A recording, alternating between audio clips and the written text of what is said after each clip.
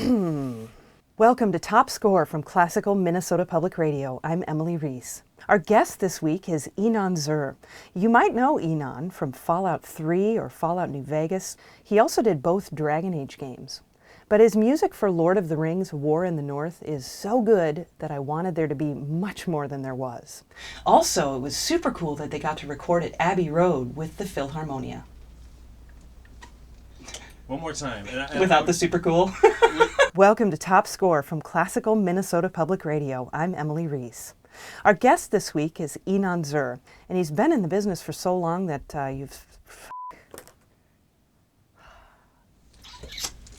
That's good though. Yeah. Yeah.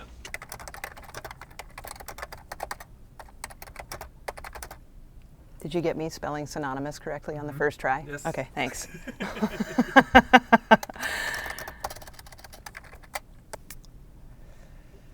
I don't really want to ask about that, I guess. This is kind of silly. Before the interview, I always have things written out that I thought of over this. So I guess I do take notes in that regard, but it's not like I sit here very often with a legal pad and a pen taking notes while I'm gaming. More often than not, the note-taking happens when I'm actually listening to the score. When I was driving to work this morning and I was listening to the soundtrack for, how many times have I heard it now? And the things that made me focus back onto the music as opposed to, traffic or whatever it is that you're thinking as you're driving to work in the day. If something catches my ear, that's what I want to ask him about.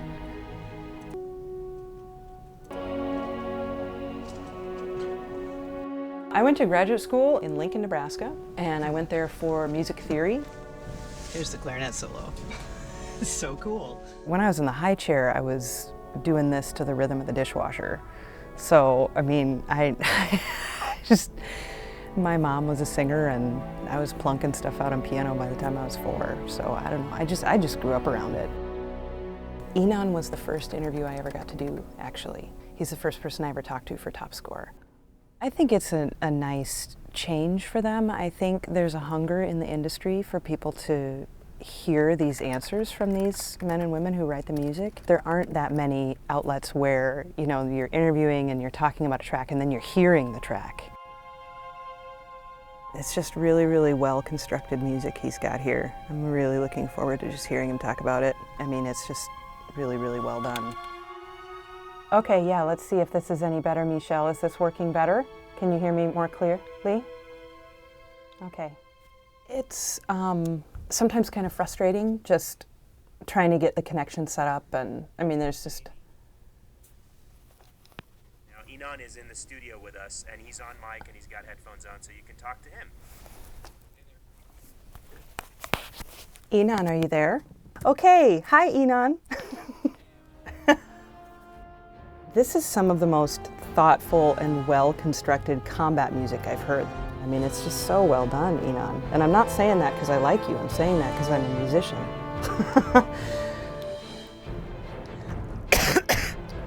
I want to keep talking about some specific tracks that really stood out to me. There's a clarinet solo that I love because I honestly, how many years have I been listening to game soundtracks and how many clarinet solos have I heard? And it was just so awesome to hear that. Is that in the track is that in the Footsteps of Kings?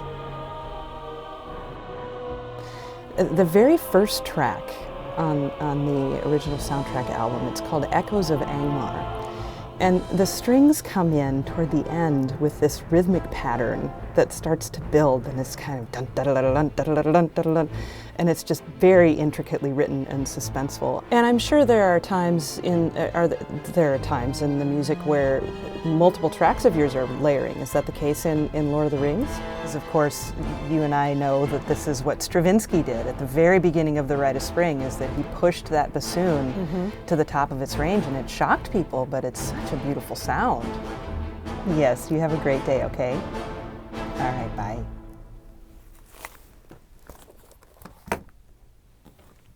That's it. The beauty of it is then it's not live radio, right? We have the ability to take the audio then and work with it and try and make the best product that we can from it. So this was, this is the whole interview. So I just do a very rough edit. Sometimes I'll leave spots where I know I want music to be. I mean, I can edit certain things and do a good job, but I can't do a job like Sam does. If you see Sammy, will you send him in? Okay. Yeah. Yeah, I'm gonna text Sam really quick. Where the... Part of the problem is that, you know, Sam and I just don't get tons of time to work on this. And Sam just has a unique ear and a unique mind and a unique perspective. And so it's very helpful for us to work together. Made me, I guess, harken back to the movies was that Such a dork. full... You know what Sam's gonna do? Sam's gonna make me sound like a genius right there. Am I giving away too many secrets of the show? No, Okay. this is good stuff. Yeah. Harken back to... Harken back. What the hell? Hey, where's Sam? Oh, he's... Never mind. Yeah, seriously. Hey, how's it going? What's up? so Go for it.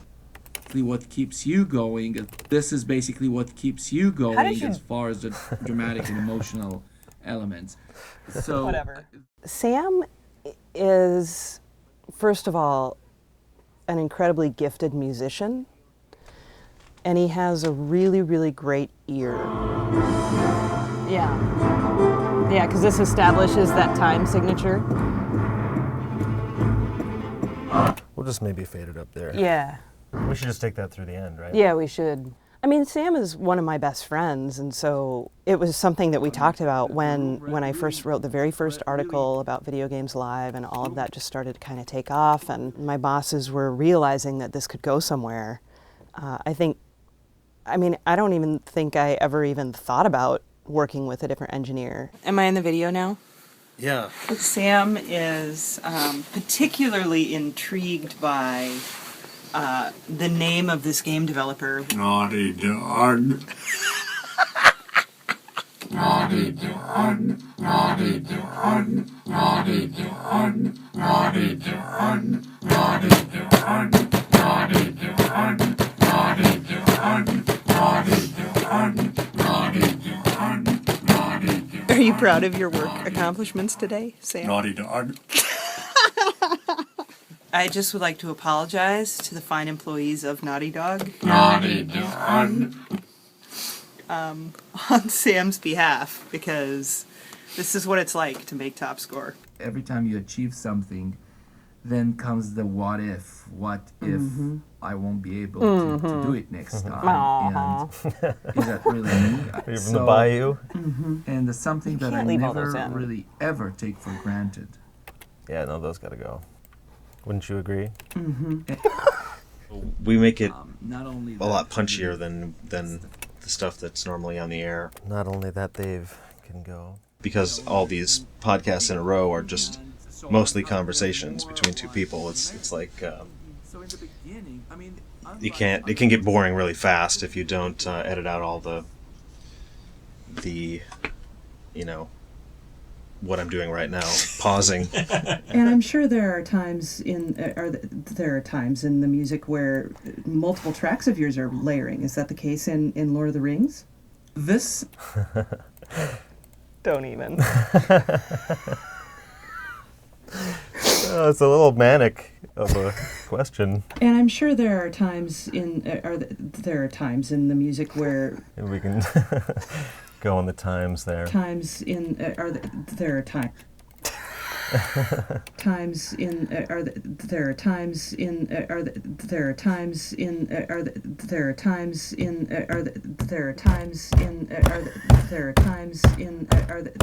Don't speed up. I know I did, didn't I? I want to use... I kind of want to use Nordenbad. wow, I mean, the room really felt like. I mean, that makes it a little emotional, but Now the next day when we came, they already sort of like. That's true. he's gonna listen to it and burst into tears. And Does it kind of feel like you guys are the going to play last note was played. it? Tempted to say Pirates of NPR, but do you feel like this is like a small underground thing and that kind of gives it some energy? Yes, Definitely. And we have all the things that those things are supposed to have, which is no time or funding. And so we end up, turning it into kind of half labor of love. Pretty much the eye was wet a little.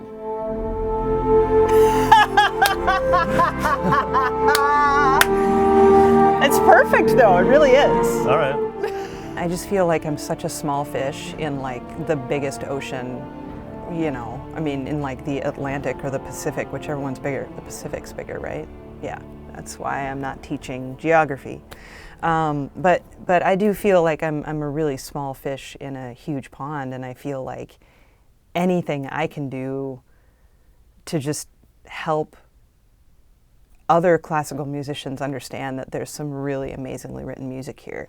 Especially in the building, I want people to understand what it is that I'm doing here and why it matters to the station and to the legacy of classical music in general. This is classical music, for lack of a better genre name, right? I mean, this is what we're hearing when we play.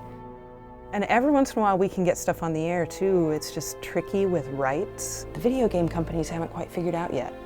They haven't quite figured out that radio stations are going to need some kind of permission from them to be broadcasting this music on the radio. Someday, it will be very common for us to be able to go hear a video game concert.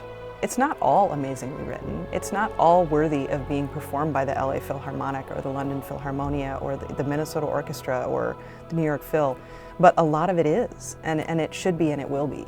I don't know if it's going to be in the next decade, but maybe 20 or 30 years down the road, it's going to be very common to see a program with Inon Zur's name in it. It's going to happen. So what can fans do to help out? I would say just pass on the word and listen to the podcast and, use the Tweet Force Extravaganza 2012. If people enjoy it and pass it on, that'll be enough. You've been listening to Top Score from Classical Minnesota Public Radio. I'm Emily Reese. Our technical director is Sam Keenan. You can follow us on Twitter and Tumblr at Top Score Podcast. Aces. Sweet. I don't know, a key that I can play in? Na, na, na,